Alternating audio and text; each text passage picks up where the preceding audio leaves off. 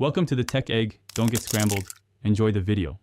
In this video, I will show how to program Chevy Silverado key fob.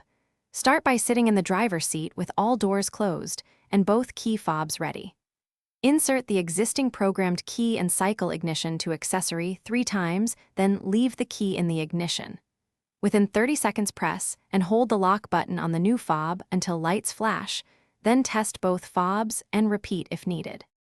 Follow these steps calmly and in order to avoid restarting the process. Sit in the truck, close all doors, and insert a programmed key. Cycle ignition to accessory 3 times ending on, then leave the key in.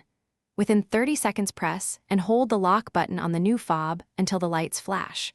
Remove the key and test all buttons on both fobs to confirm success and repeat if necessary. If programming does not work, stay patient and methodical. Replace the new fob battery and confirm the master key is fully programmed. Verify the truck battery has good voltage and try the sequence again, allowing a few seconds between steps.